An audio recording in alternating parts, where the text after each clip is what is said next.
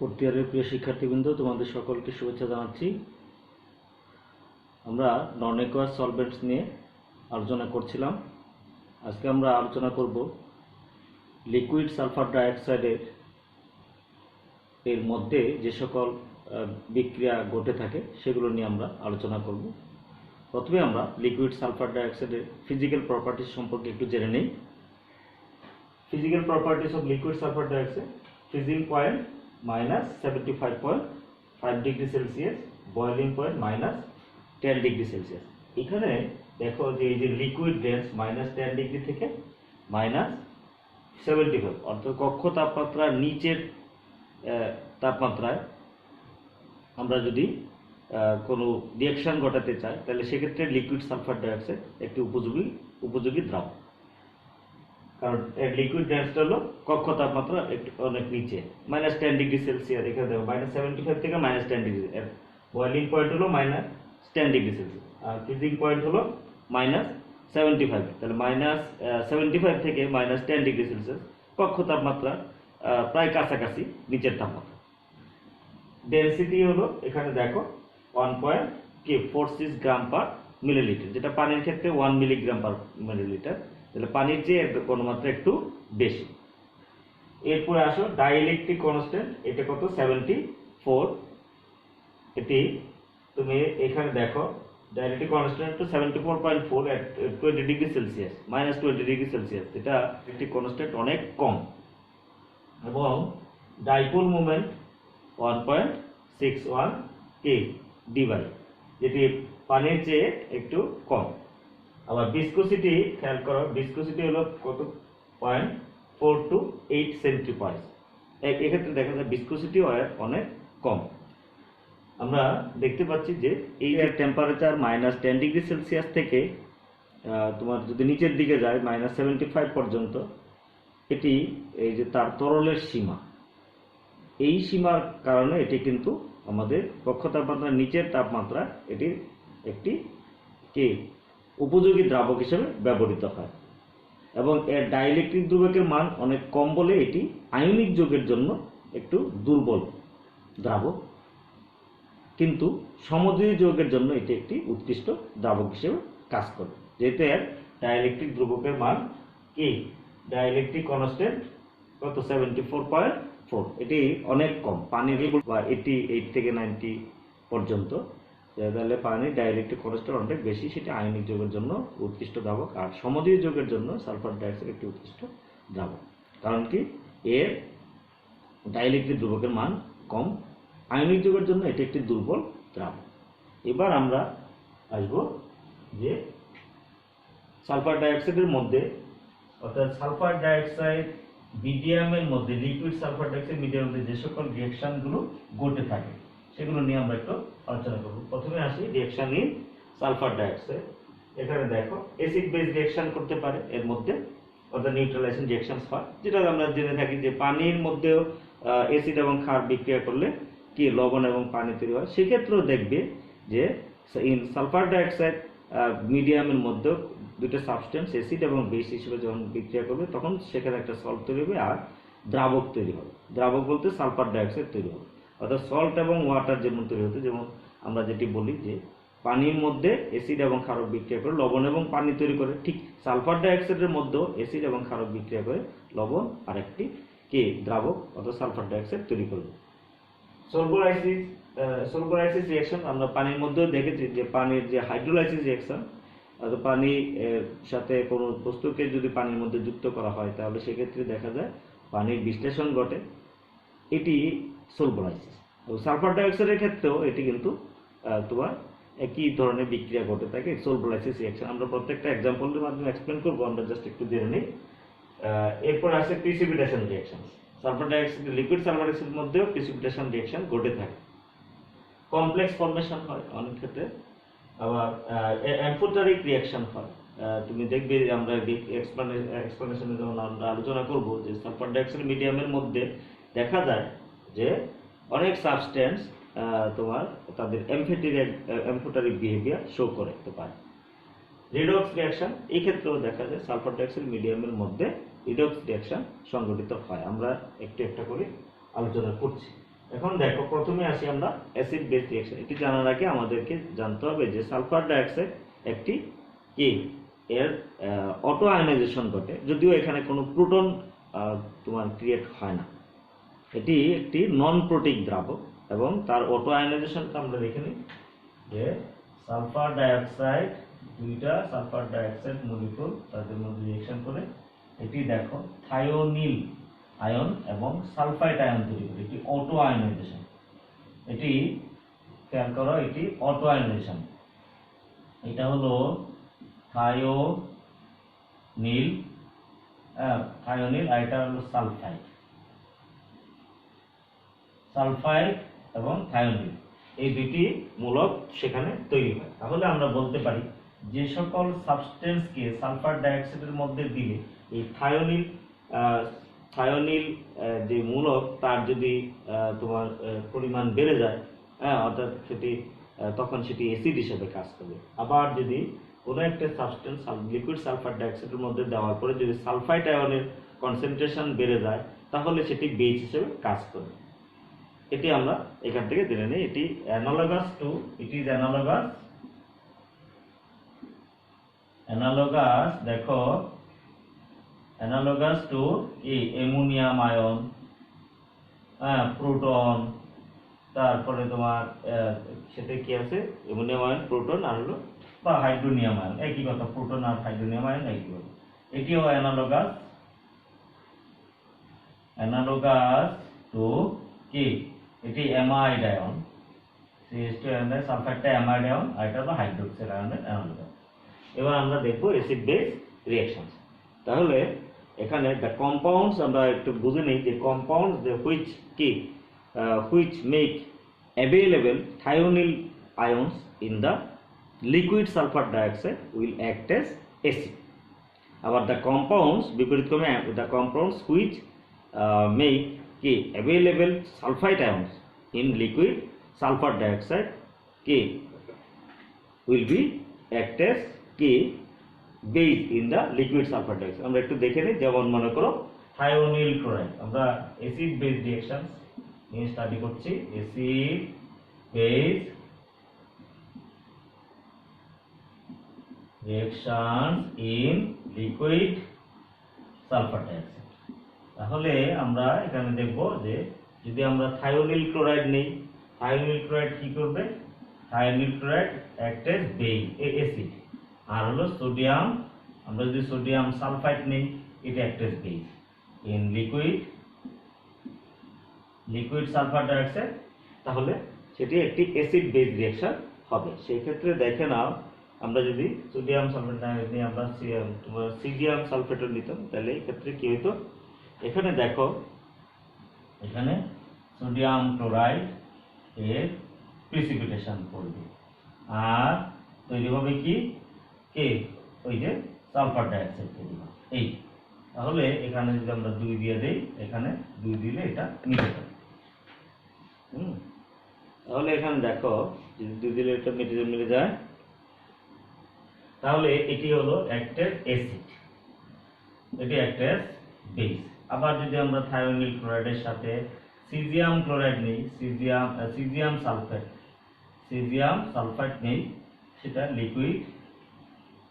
Liquid sulphur dioxide, তাহলে সেক্ষেত্রে caesium ক্লোরাইডের মানে ইয়ে করবে, লবণ তৈরি হবে, এটি একটি সল্ট তৈরি হবে, সিজিয়াম ক্লোরাইড এটি সল্ট, আমরা এটি সল্ট লিখি, এটি সল্ট, আর এটি সল্ট তৈরি হবে, আর তৈরি হবে সালফার ডাইঅক্সাইড, এটি হবে সালফার ডাইঅক্সাইড। তাহলে আমরা দেখলাম এখানে এটি অ্যাসিড বেস হিসেবে কাজ করে। আবার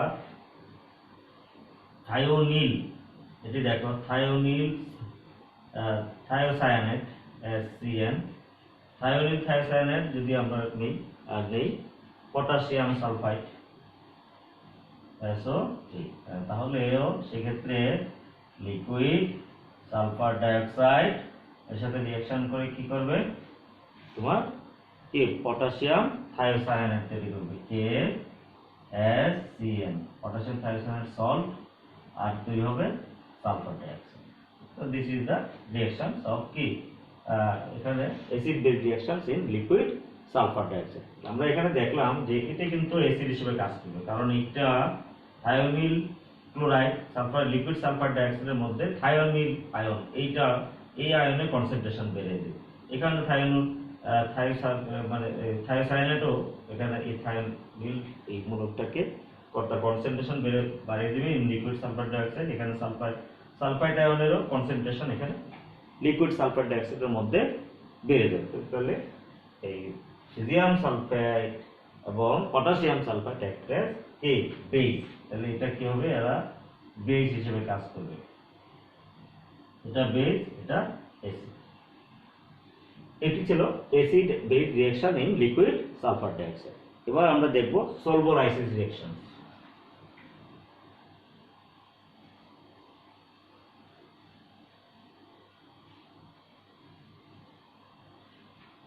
সলভোলাইসিস রিঅ্যাকশন একটু আগে আমরা বলেছি যে সলভোলাইসিস আমরা একটা অ্যাসেন্ডেন্স রিঅ্যাকশন দেখাই, যেমন মনে করো অ্যালুমিনিয়াম ক্লোরাইড যখন ওয়াটারে ডিসলভ করা হয় তাহলে সেক্ষেত্রে কি হয়, সেটি অ্যালুমিনিয়াম হাইড্রোক্সাইড আর কি তোমার হাইড্রোক্লোরিক অ্যাসিড হয়। এই যে রিঅ্যাকশনটি, এই রিঅ্যাকশনটি কিন্তু একটা সলভোলাইসিস রিঅ্যাকশন।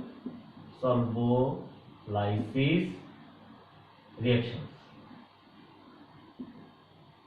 সলভোলাইসিস রিঅ্যাকশন, এটা আমরা ওয়াটারটা দেখলাম।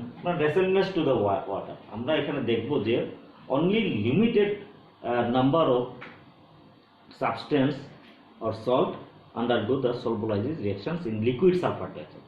মানে খুব বেশি পরিমাণে এখানে তোমার সল্টগুলো এখানে মানে সলভোলাইটিক রিঅ্যাকশন দেয় না সালফার ডাইঅক্সাইডের মধ্যে। এটি বোঝানো হচ্ছে। এখানে আমরা যেমন এখানে অনেক ধরনের সাবস্টেন্স আছে, তারা ওয়াটারের মধ্যে সাথে রিঅ্যাকশন করে হাইড্রোলাইসিস রিঅ্যাকশন দেয়। Hydrolysis reaction is one kind of solvolysis reaction. আমি এই ধরনের একটা রিঅ্যাকশনই আমরা লিকুইড সালফার ডাইঅক্সাইডও ঘটে থাকে, যেটাকে আমরা বলছি কে সলভোলাইটিক বা সলভোলাইটিক রিঅ্যাকশন অথবা সলভোলাইসিস। এই রিঅ্যাকশনটাকে বলা হচ্ছে সলভোলাইসিস রিঅ্যাকশন। আমরা দেখব যেমন ammonium acetate CH3COONH, ammonium acetate যখন আমরা সালফার ডাইঅক্সাইড লিকুইড মিডিয়ামের মধ্যে এটা যুক্ত করব, তখন দেখব এটা কি হবে, এই সালফার ডাইঅক্সাইডটা ভাগ হয়ে যাবে। এটি ভাগ হয়ে কি হবে, থায়োনিল আয়ন হবে, আর কি হবে তোমার, এটা দুইটা মলিকুলে, আর একটা হবে সালফাইড মলিকুল, এইটাতে ভাগ হয়ে যাবে। এইটাতে ভাগ হলে এখানে দেখো, এটি আমরাই দেখব, এখানে আমরা যেটি বলতে যাচ্ছি সেটা কি হবে, প্রথমে এই যে এই অ্যামোনিয়াম অ্যাসিটেটটা এখানে আলাদা হয়ে যাবে। তাহলে সেক্ষেত্রে কি হবে, এটা এই যে থায়োনিল গ্রুপ এসে CH3COO2, এটি হলো থায়োনিল ইথানয়েড। তাহলে থায়োনিল ইথানয়েড তৈরি হলো, আর তৈরি হবে কি, মানে এটা হলো এই যে অ্যামোনিয়াম সালফেট। তাহলে সেক্ষেত্রে হবে অ্যামোনিয়াম সালফেট। এটা একটু তোমাদেরকে বুঝতে হবে যে এটা কিন্তু solvolysis reactions of in liquid sulphur dioxide. হ্যাঁ, এটি যদিও এইখানে খেয়াল রাখবে যে এই থায়োনিল সালফাইড আবার সেটা কি হয়, এটা এই তোমার এইখানে সে আবার one molecule of solvent elimination করে সে এখান থেকে সে তোমার সে অ্যানাইড, মানে এখানে এই তোমার এটাকে কি বলা হয় যে এই থায়োনিল ইথানয়েড সে আবার তার এই one molecule of solvent say solvent eliminate করে ফেলে, ইলিমিনেট করে সে তোমাকে কি বলা হয় সলভেন্ট বিহীন একটা কম্পাউন্ড সে তৈরি করবে, যেটাকে ইথানোইক অ্যানহাইড্রাইড হয়ে যায়। CH3COO2 এটা এইটি কি করবে, আবার one molecules of solvent molecule say elimination করবে, ইলিমিনেশন করে সে ইথানোইক অ্যানহাইড্রাইড মলিকুলে পরিণত করবে, আর হলো সালফার। এটি ঘটে থাকে।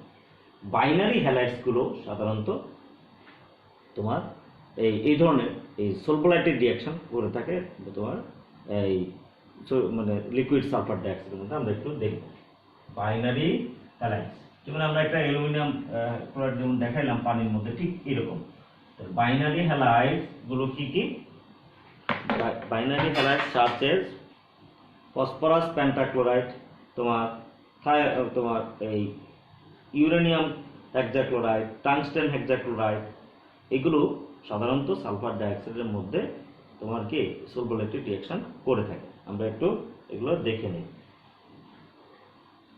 তাহলে এখানে বলছি যে ইউরেনিয়াম, এখানে দেখো ফসফরাস পেন্টাক্লোরাইড, ফসফরাস পেন্টাক্লোরাইডও সালফার ডাইঅক্সাইডের মধ্যে সে কি করবে, তোমার এই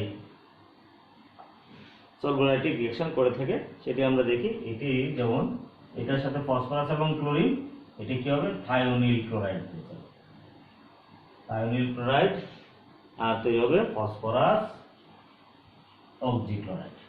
এই আবার ইউরেনিয়াম ক্লোরাইড হেক্সাক্লোরাইড, এটিও সালফার ডাইঅক্সাইডের মধ্যে রিঅ্যাকশন করে তোমার থায়োনিল ক্লোরাইড, থায়োনিল ক্লোরাইড আর হলো ইউরেনিয়াম অক্সিক্লোরাইড, ইউরেনিয়াম অক্সিক্লোরাইড এটি তৈরি করে থাকে এখানে। আবার আমরা নিয়েছি টাংস্টেন ক্লোরাইড, টাংস্টেন হেক্সাক্লোরাইড, এটিও সালফার ডাইঅক্সাইডের মধ্যে রিঅ্যাকশন করে থায়োনিল ক্লোরাইড, আর তৈরি হবে তোমার কি টাংস্টেন অক্সিক্লোরাইড, এটি তৈরি করে থাকে। তাহলে এইগুলো হলো তোমার সলভোলাইটিক রিঅ্যাকশন। এখানে তোমরা দেখবে এই সালফার ডাইঅক্সাইড মলিকুলটা ভেঙে থায়োনিল মলিকুল আর সালফেট মলিকুল তৈরি করে। তাহলে এখানে আমরা এগুলো দেখলাম। এরপর আসবে প্রিসিপিটেশন রিঅ্যাকশন। প্রিসিপিটেশন রিঅ্যাকশন আমরা দেখে থাকি সাধারণত, যেমন ওয়াটারের মধ্যেও আমরা দেখতে পাচ্ছি যে অনেক ধরনের লবণ তোমার এই পানির মধ্যে অধঃক্ষেপণ বিক্রিয়া দেয়।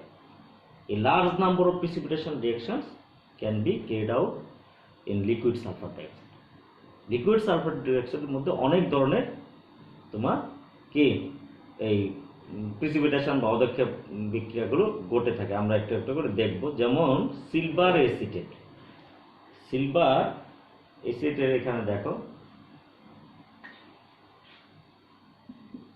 সিলভার, এটা আমরা লিখছি প্রিসিপিটেশন রিঅ্যাকশন, প্রিসিপিটেশন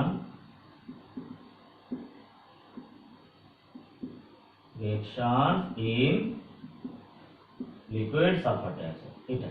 তাহলে সিলভার এসিটেট থায়োনিল ক্লোরাইডের সাথে যখন রিঅ্যাকশন করবে সেক্ষেত্রে সিলভার ক্লোরাইডের প্রিসিপিটেশন পড়ে যাবে।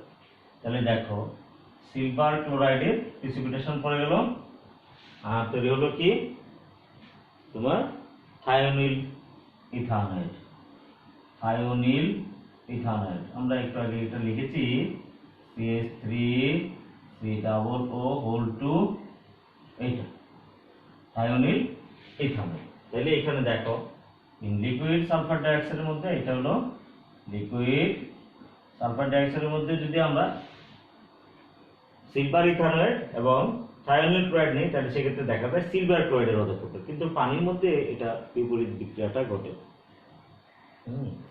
এখানে দেখো যে এখানে আমরা দেখলাম যে বিভিন্ন রকম লবণগুলো, যেমন মনে করো পটাশিয়াম আয়োডাইডও, সেক্ষেত্রে তোমার পটাশিয়াম ক্লোরাইড হিসেবে কোনো লিখিত হবে, পটাশিয়াম আয়োডাইড থায়োনিল ক্লোরাইডের সাথে রিঅ্যাকশন করবে, লিকুইড সালফার ডাইঅক্সাইড, তাহলে সেক্ষেত্রে কি তৈরি হবে, পটাশিয়াম ক্লোরাইডের প্রিসিপিটেশন পড়বে, আর হলো থায়োনিল আয়োডাইড, থায়োনিল আয়োডাইড তৈরি হবে। স্টিবিয়াম ক্লোরাইড, সেটিও তোমার লিথিয়াম আয়োডাইডের সাথে যখন বিক্রিয়া করে তখন সেক্ষেত্রে স্টিবিয়াম আয়োডাইডের প্রিসিপিটেশন করে দেবে। স্টিবিয়াম ক্লোরাইড লিথিয়াম আয়োডাইডের সাথে যখন বিক্রিয়া করবে লিকুইড সালফার ডাইঅক্সাইডের মধ্যে, তাহলে সেখানে দেখো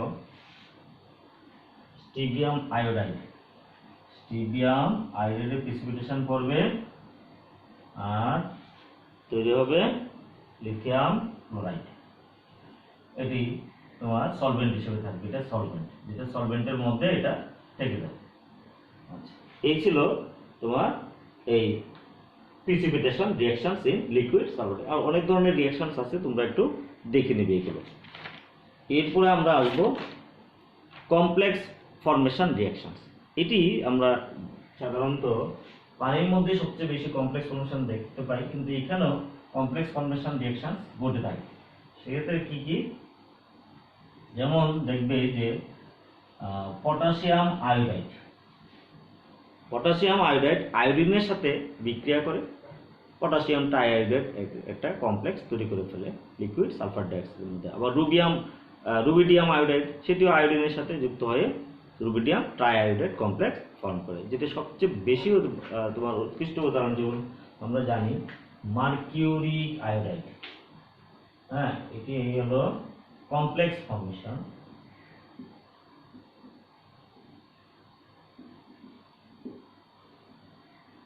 Complex formation reactions in liquid sulfur dioxide।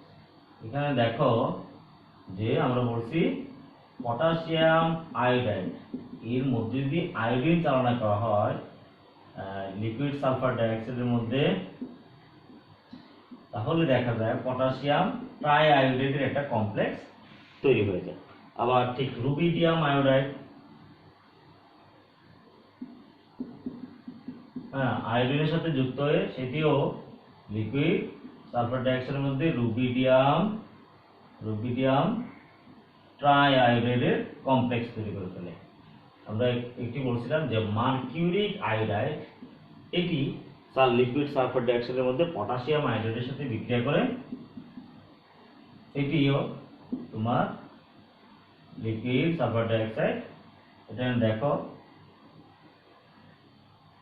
Potassium টেট্রাআয়োডো মার্কিউরেট ion, এটা কমপ্লেক্স তৈরি করে পটাশিয়াম টেট্রাআয়োডো মার্কিউরেট কমপ্লেক্স। এটি আমরা সাধারণত এটিকে যদি এই পটাশিয়াম টেট্রাআয়োডো মার্কিউরেটকে যদি এর মধ্যে পটাশিয়াম হাইড্রোক্সাইড অর্থাৎ ক্ষারীয় দ্রবণ নেই, সেটি হলো আমরা যেটিকে বলি কি, সেটিকে বলি নেসলার বিকারক। এইভাবে নেসলার বিকারক এটাও এইভাবে এখান থেকে তৈরি করা যেতে পারে। এরপরে আমরা আসবো, দেখো অ্যালুমিনিয়াম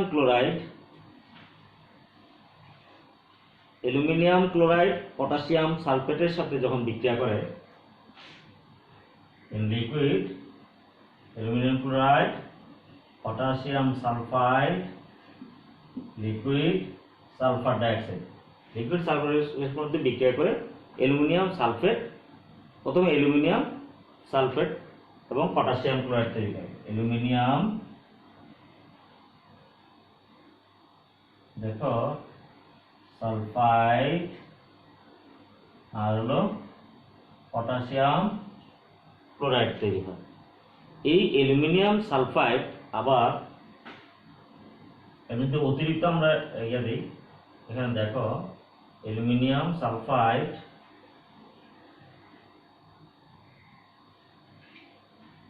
এটি অতিরিক্ত দ্রাবকের সাথে বিক্রিয়া করে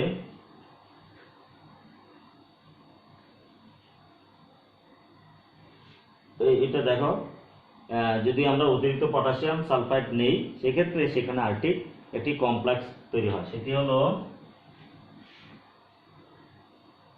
K3AlSO3 এটি তৈরি হয়। এটি একটি কমপ্লেক্স। তাহলে এই লিকুইড সালফার ডাইঅক্সাইডের মধ্যে আমরা দেখছি যে বিভিন্ন ধরনের কমপ্লেক্স গঠন বিক্রিয়াগুলো হয়ে থাকে। এবার আমরা দেখব একটি অ্যামফোটারিক রিঅ্যাকশন। মূলত যেটি হলো যে অ্যামফোটারিক রিঅ্যাকশন, যেমন আমরা পানির মধ্যে একটা উদাহরণ দিয়ে আমরা আগে দেখাতে পারি যে অ্যামফোটারিক রিঅ্যাকশনটা কি ধরনের হয়। এটি দেখো অ্যামফোটারিক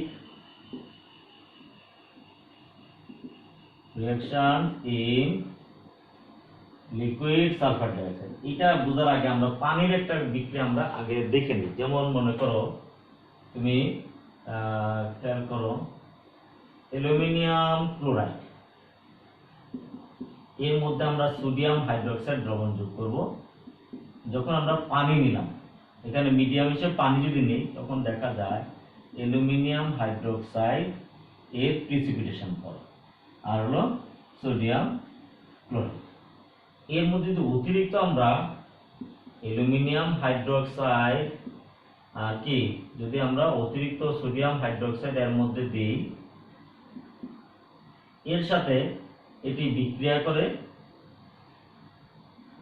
এখানে দেখো অ্যালুমিনিয়াম, এটি হলো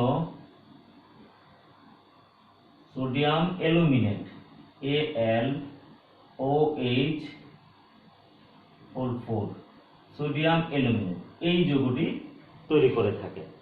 তাহলে এখানে এই যে এই ধরনের একটি যৌগ তৈরি হয়, এটি আমরা বুঝতে পারছি। দেখো এই যে অ্যালুমিনিয়াম ক্লোরাইড, যেখানে তোমার একটা প্রিসিপিটেশন পড়ে গিয়েছিল প্রথমে, যে প্রিসিপিটেশন অ্যালুমিনিয়াম হাইড্রোক্সাইড, যদি আমরা অতিরিক্ত আমরা নেই সোডিয়াম হাইড্রোক্সাইড নেই, তাহলে দেখা যায় এটা সোডিয়াম অ্যালুমিনেটের একটা কমপ্লেক্স কম্পাউন্ড হবে। এই যৌগটি আবার যদি তুমি অ্যাসিডের মধ্যে যুক্ত করো, তাহলে দেখবে যে আবার ওই এই ইটি ফিরে পাওয়া যায়।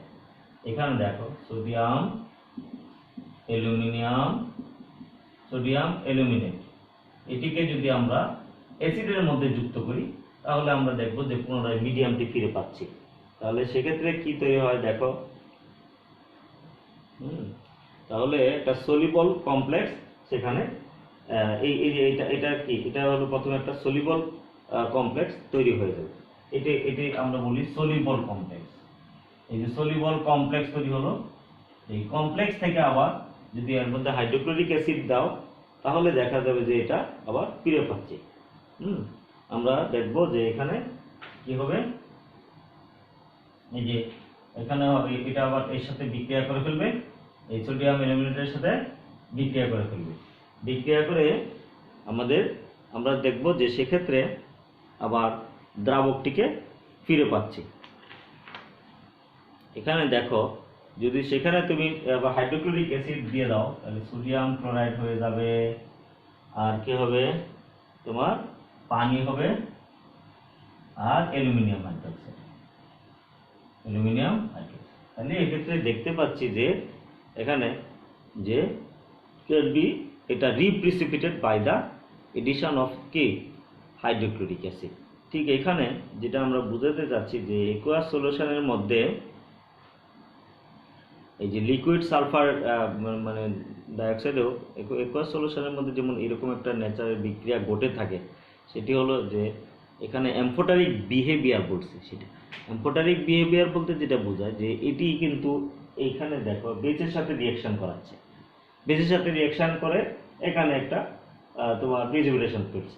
আবার এই যে প্রিসিপিটেশন যেটা পড়ছে, এটা সলিবল কমপ্লেক্স হয়ে গেল, এটা কিন্তু আবার অ্যাসিডের সাথে যখন বিক্রিয়া করছে, হ্যাঁ অ্যাসিডের সাথে যখন বিক্রিয়া করছে, তখন আবার ওই তোমার এটা ওই অ্যালুমিনিয়াম হাইড্রোক্সাইড আবার ফিরে পাওয়া গেল।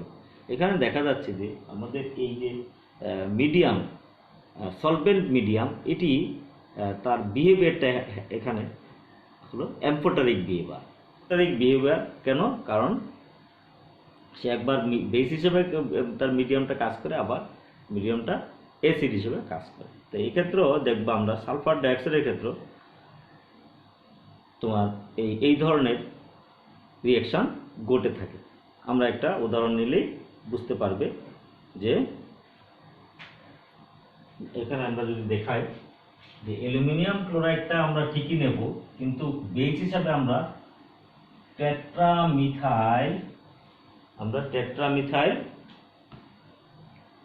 সালফাইড, এটা দেখো টেট্রামিথাইল সালফাইড, এখানে দেখো টেট্রামিথাইল অ্যামোনিয়াম, টেট্রামিথাইল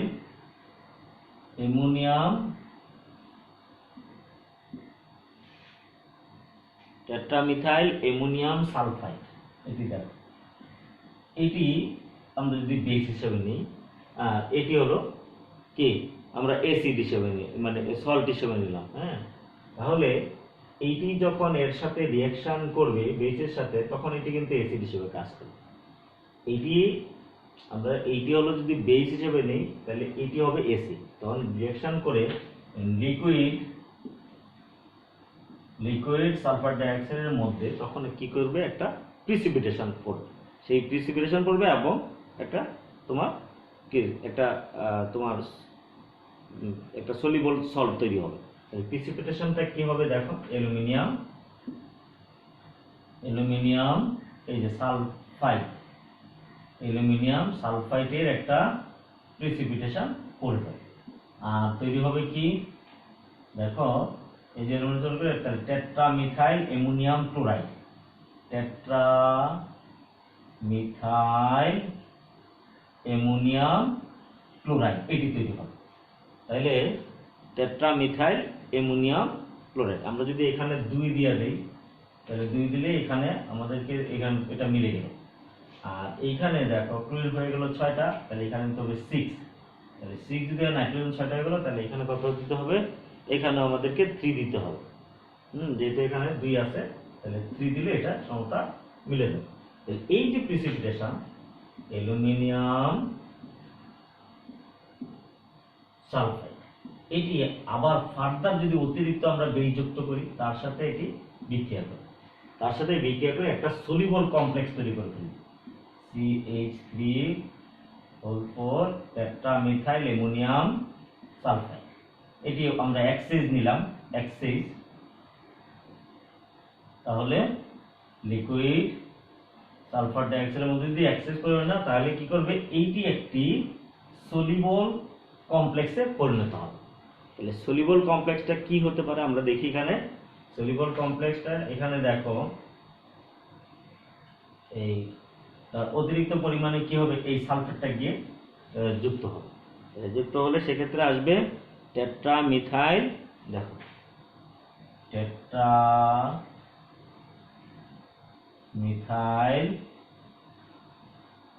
টেট্রামিথাইল অ্যালুমিনিয়াম সালফেট। দেখো এটি হলো অ্যালুমিনিয়াম SO, এটা 3 হবে, এটি হবে 3,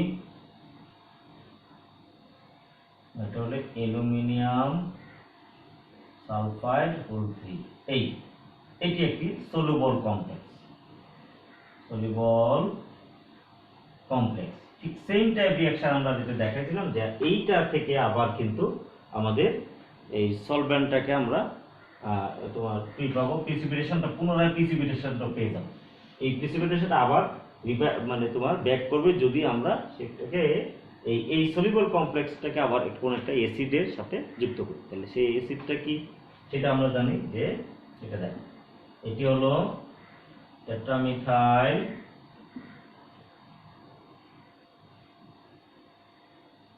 অ্যালুমিনিয়াম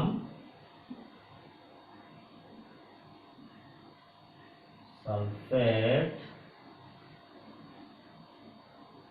থায়োনিল ক্লোরাইড। এটি একটি আমরা জানি এটি অ্যাসিড, লিকুইড সালফার ডাইঅক্সাইডের মধ্যে এটি অ্যাসিড।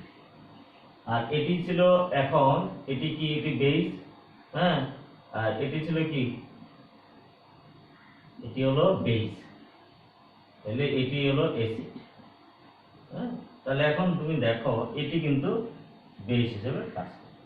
তাহলে এটি হলো লিকুইড সালফার ডাইঅক্সাইড।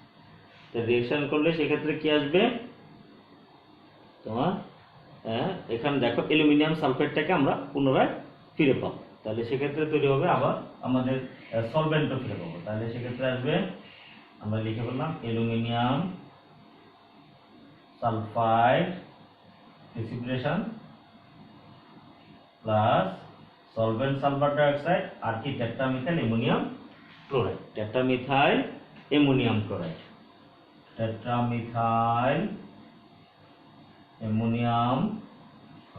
এই ছিল তোমার amphoteric behaviour of liquid sulphur dioxide. সে একবার মানে বেসটাকে অ্যাসিড হিসেবে কাজ করালো, আবার অ্যাসিডটাকে তোমার যখন অ্যাসিড দ্রবণে সে রিঅ্যাকশনটা করলো, তার কিন্তু এখানে এর যে তোমার এই এখানে দেখো যে লিকুইড সালফার ডাইঅক্সাইড যে এখানে কাজটা কি, সে একবার কিন্তু সে অ্যাসিডিক নেচার দেখালো, আরেকবার বেসিক নেচার দেখালো রিঅ্যাকশনের মধ্যে, সেটা আমরা এক্ষেত্রে দেখতে পেলাম। এবার আমরা আসবো রিডক্স রিঅ্যাকশন। রিডক্স রিঅ্যাকশনটা কি? এখানে সালফার ডাইঅক্সাইড এখানে কিন্তু সে তোমার এই কোনো রিডিউসিং এজেন্ট বা অক্সিডাইজিং এজেন্ট হিসেবে কাজ করবে না। সেটা হলো যে এখানে বিভিন্ন সাবস্টেন্স এই লিকুইড সালফার ডাইঅক্সাইডের মধ্যে তোমার অক্সিডাইজিং এজেন্ট বা তোমার রিডিউসিং এজেন্ট হিসেবে কাজ করতে পারে, যেটি পানির মধ্যেও যেটা ঘটে থাকে, ঠিক সেই ধরনের রিঅ্যাকশনই এখানে ঘটবে। আমরা একটু দেখে নিই যে যেমন আয়োডিন, হ্যাঁ, যদি আয়োডিন, এটা আমরা বলছি রিডক্স রিঅ্যাকশন। রিডক্স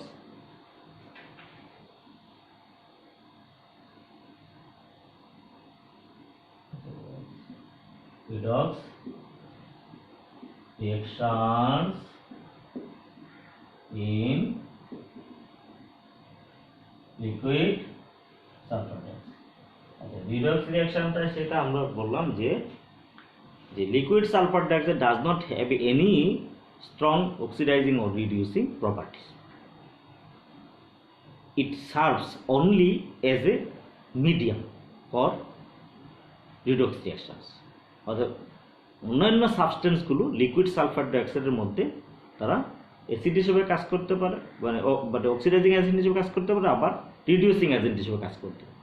এ হলো লিকুইড সালফার ডাইঅক্সাইড একটা মিডিয়াম হিসেবে সেখানে কাজ করবে। আমরা এই বিক্রিয়াগুলো একটু দেখব। যেমন liquid sulphur dioxide can not reduce iodine, সে আয়োডিনকে রিডিউস করতে পারে না। বাট যদি আমরা পটাশিয়াম সালফাইড নেই, আয়োডিনের সাথে পটাশিয়াম সালফাইডকে যুক্ত করে আমরা লিকুইড সালফার ডাইঅক্সাইডের মধ্যে, তাহলে দেখব যে সেখানে এই তোমার এই পটাশিয়াম সালফাইড, খেয়াল করো, এটি আয়োডিনকে রিডিউস করে ফেললো, হ্যাঁ, রিডিউস করে তাকে আয়োডাইডে পরিণত করবে। সেটি কি, সেটা আমরা একটু দেখে নিই। যেমন মনে করো আয়োডিন, পটাশিয়াম সালফাইড, হিয়ার এইটি হলো রিডিউসিং এজেন্ট, তাহলে সে যদি এটা রিডিউসিং এজেন্ট হয় liquid sulphur dioxide, liquid sulphur dioxide মিডিয়ামের মধ্যে সে রিঅ্যাকশন করবে, এটিকে পটাশিয়াম আয়োডাইডে সে পরিণত করবে। অর্থাৎ ছিল আই নট, এটা আই মাইনাস। তাহলে এখানে দেখে নাও, এখানে দেখো আয়োডিনের অক্সিডাইজিং এখানে দেখো অক্সিডেশন নাম্বার 0 থেকে -1। তো -0 থেকে যদি -1 হয়, আমরা সেটাকে কি বলি? অক্সিডেশন নাম্বার যদি ডিক্রিজ করে তাহলে সেটিকে বলি রিডিউস। তাহলে এই রিডিউসটা কে করবে? সেটি হলো পটাশিয়াম সালফাইড করেছে in liquid sulphur dioxide medium. তাহলে এখানে দেখো সেক্ষেত্রে পটাশিয়াম সালফেট হবে আর হবে সালফার ডাইঅক্সাইড মিডিয়াম। আচ্ছা, আবার পটাশিয়াম আয়োডাইড তোমার এই স্টিবিয়াম ক্লোরাইডের মধ্যে যখন যুক্ত করা হয় in liquid sulphur dioxide medium, liquid sulphur dioxide মিডিয়ামের মধ্যে পটাশিয়াম আয়োডাইড এবং স্টিবিয়াম ক্লোরাইড যোগ করা হয়, তখন দেখা যায় যে পটাশিয়াম আয়োডাইডটা আবার তোমার অক্সিডাইজড হয়ে যায়, অক্সিডাইজড হয়ে সে আয়োডিনে পরিণত হয়ে যায়। তাহলে এখানে কি হলো যে এই যে আমরা ওই বিক্রিয়াটা একটু লিখে নিই, পটাশিয়াম আয়োডাইড, আচ্ছা পটাশিয়াম আয়োডাইড, আর যদি আমরা স্টিবিয়াম ক্লোরাইড নেই, খেয়াল করো stibium pentachloride liquid sulphur dioxide, তাহলে দেখব এই যে এটা হলো অক্সিডাইজিং এজেন্ট, এটা হলো তোমার পটাশিয়াম আয়োডাইড, এটা হলো অক্সিডাইজিং এজেন্ট, সেটা তাকে আয়োডিনে পরিণত করে। আয়োডিন হলো স্টিবিয়াম ক্লোরাইড হবে, আর তৈরি হবে পটাশিয়াম স্টিবিয়াম ক্লোরাইড। এটা দেখো পটাশিয়াম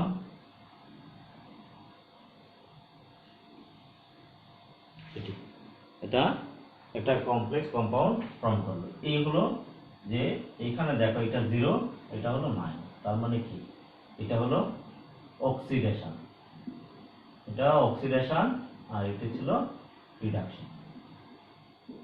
তাহলে আমরা দেখলাম যে রিডক্স রিঅ্যাকশনের মধ্যেও মানে রিডক্স রিঅ্যাকশনও এখানে লিকুইড সালফার ডাইঅক্সাইড মিডিয়ামের মধ্যে ঘটে থাকে।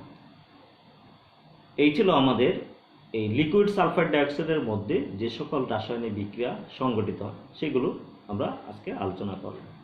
শিক্ষার্থীবৃন্দ, আজকে আমরা লিকুইড সালফার ডাইঅক্সাইড নিয়ে আলোচনা করার ফলে আর শুধু আমাদের আরেকটি সলভেন্ট বাকি আছে, সেটি হলো অ্যানাইড্রাস সালফিউরিক অ্যাসিড।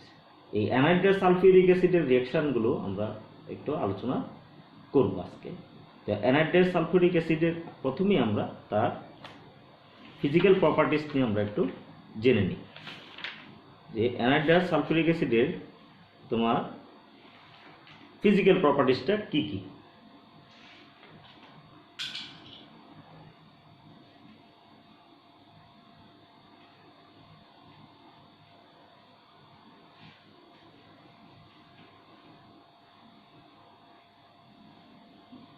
তাহলে দেখো অ্যানহাইড্রাস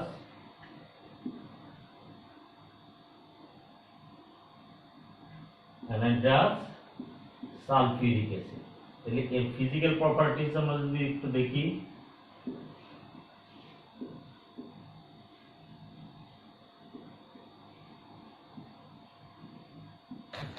এর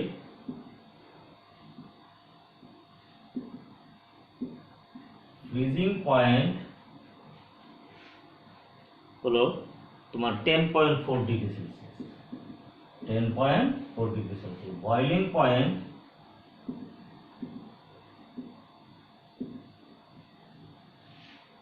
হলো 300 ডিগ্রি সেলসিয়াস। তাহলে দেখো এর তোমার লিকুইড রেঞ্জ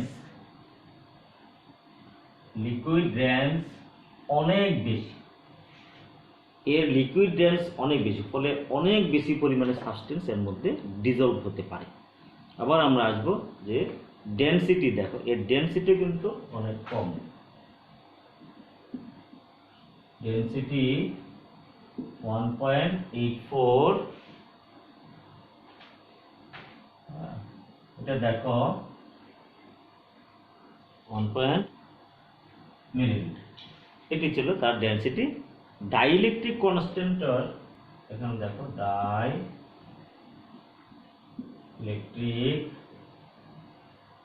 কনস্ট্যান্ট হলো কি এখানে তার 110, তার মানে এর ডাইইলেকট্রিক কনস্ট্যান্ট অনেক বেশি, এটা হাই। এরপরে ভিসকোসিটি আমরা দেখব। ভিসকোসিটি হলো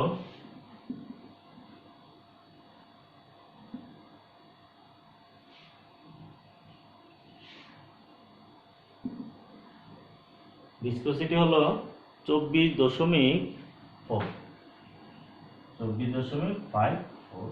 এটা সেন্টিপারেস, এটা আমরা এটা সিপি লিখে সেন্টিপারেস। তাহলে আমরা এখানে দেখতে পাচ্ছি যে এর যে লিকুইড রেঞ্জ তোমার অনেক বেশি এবং এর ডাইইলেকট্রিক কনস্ট্যান্টও অনেক বেশি।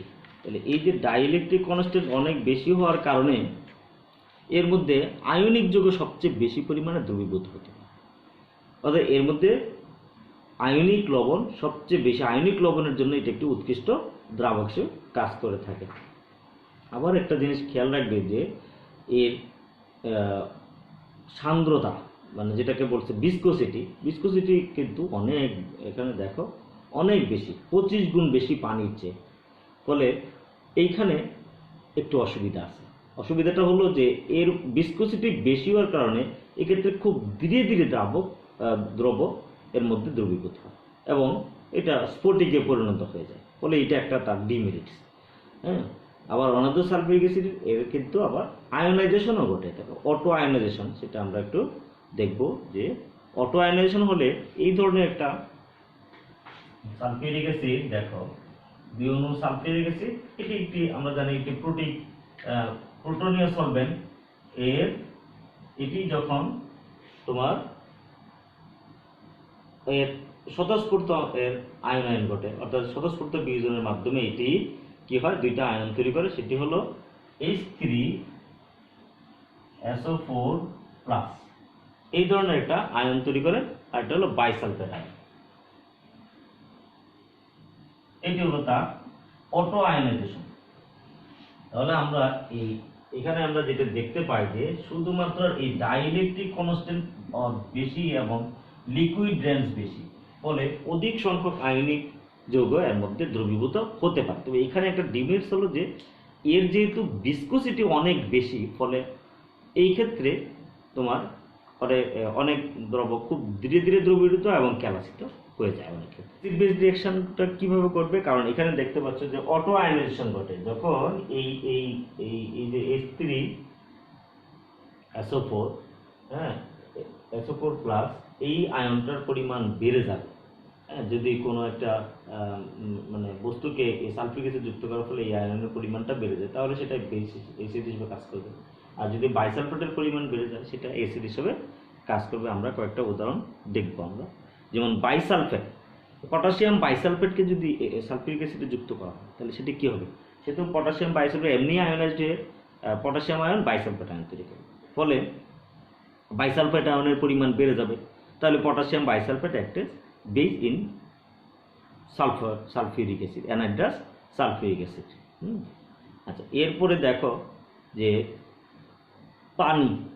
পানি যদি পানির মধ্যে কি হবে, পানির মধ্যে যদি সালফিউরিক অ্যাসিড আমরা যুক্ত করি, তাহলে সেক্ষেত্রে দেখা যায় সেক্ষেত্রেও তোমার এই বাইসালফেটের পরিমাণ বেড়ে যাবে।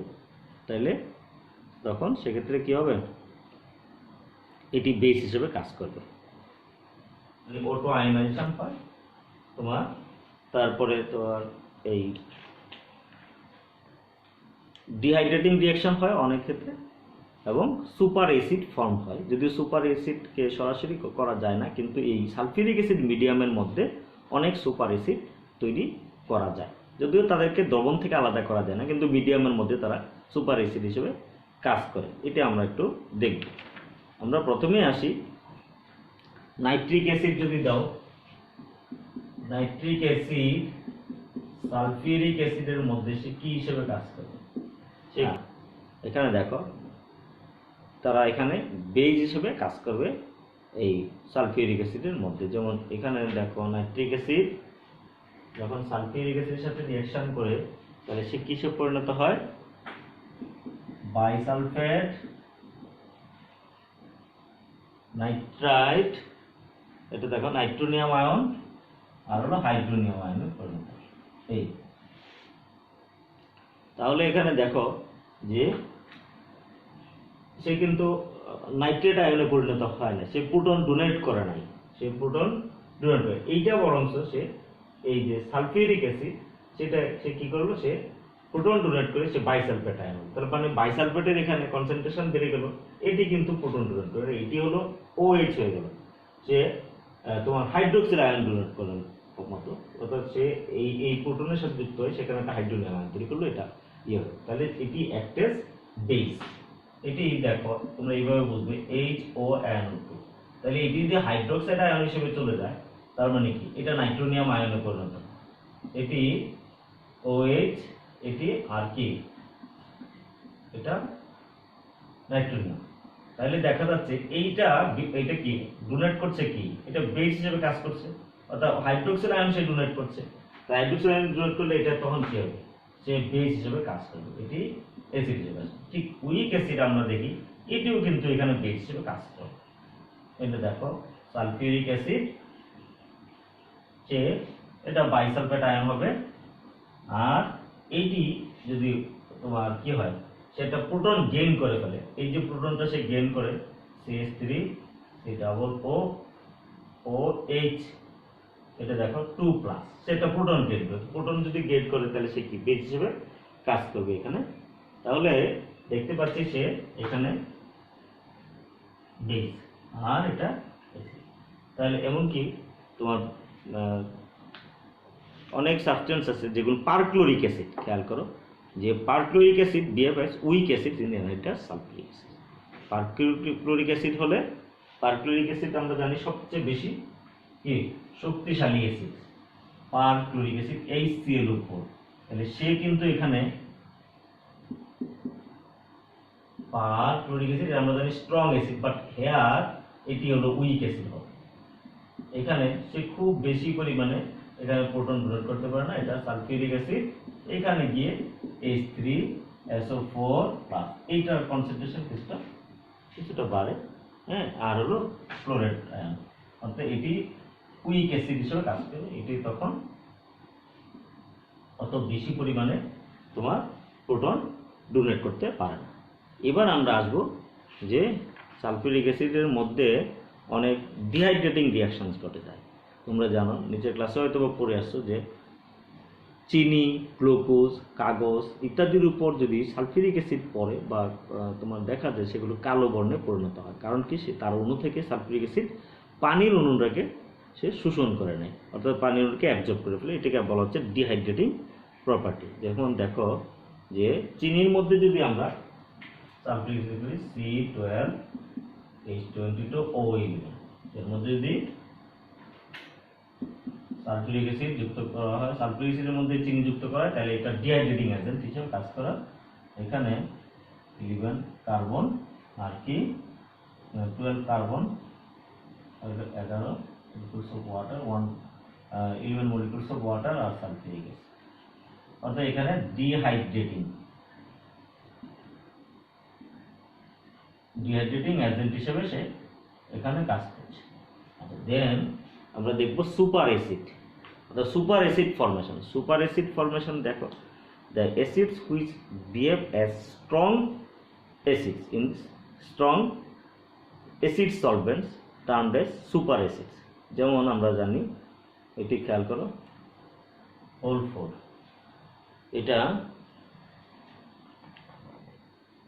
এটি হলো একটি তোমার স্ট্রং অ্যাসিড হিসেবে কাজ করে, সেটিকে আমরা বলছি সুপার অ্যাসিড।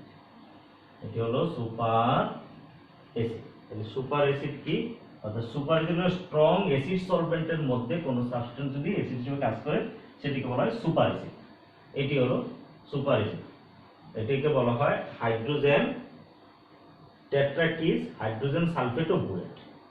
হাইড্রোজেন টেট্রাকিস, এই যে টেট্রা মানে এখানে মানে কমপ্লেক্স কম্পাউন্ডের নামকরণ করতে গেলে তখন তোমার যদি দেওয়া হয়, মানে চারটা মানে কোনো মূলক থাকে, তাহলে তাদের নামের আগে টেট্রা, তাহলে টেট্রাকিস হাইড্রোজেন সালফেট ও বুরেট।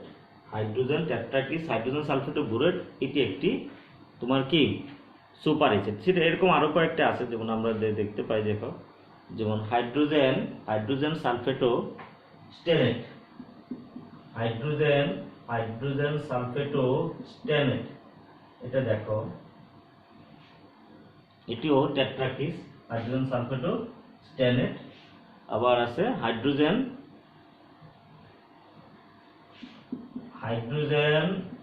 এটা দেখো হাইড্রোজেন সালফেট ও টেট্রাকিস হাইড্রোজেন সালফেট ও, এটা দেখো প্লাম্বিক, হ্যাঁ, এটা প্লাম্বেট বলা হয়, প্লাম্বেট।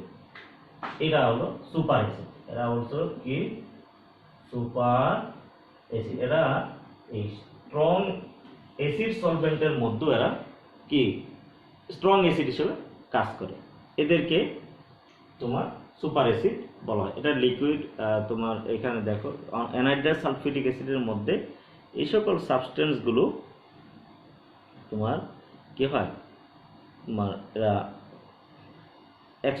মানে এক্সেপশনালি এরা স্ট্রং অ্যাসিড হিসেবে কাজ করে, এই জন্য এদেরকে বলা হয় সুপার অ্যাসিড। এই সাবস্টেন্সগুলো লিকুইড মিডিয়ামের মধ্যেই থাকে, এদেরকে আলাদা করা যায় না। এটি এর জন্য কিন্তু সালফিউরিক অ্যাসিড মিডিয়াম ব্যবহৃত, যেটা অন্য কোনো সলভেন্ট মিডিয়ামের মধ্যে এরকম সুপার অ্যাসিড তৈরি হয় না। তাহলে আজকে আমরা লিকুইড সালফার ডাইঅক্সাইড এবং অ্যানাইড্রাস সালফিউরিক অ্যাসিডের মধ্যে যে রিঅ্যাকশনগুলো ঘটে থাকে সেগুলো আমরা জানলাম। শিক্ষার্থীবৃন্দ, তোমাদের সকলকে ধন্যবাদ। আজকে এখানে। আচ্ছা।